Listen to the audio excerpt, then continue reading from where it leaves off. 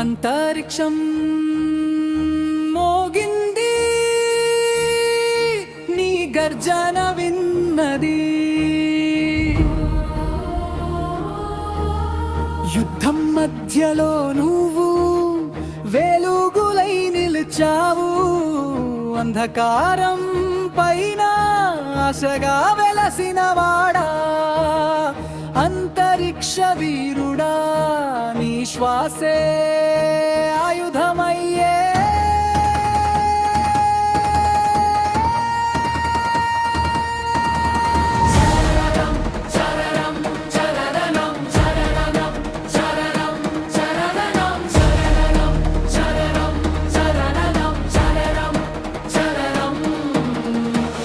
జ్వాలలాగా మార్గం చూపగా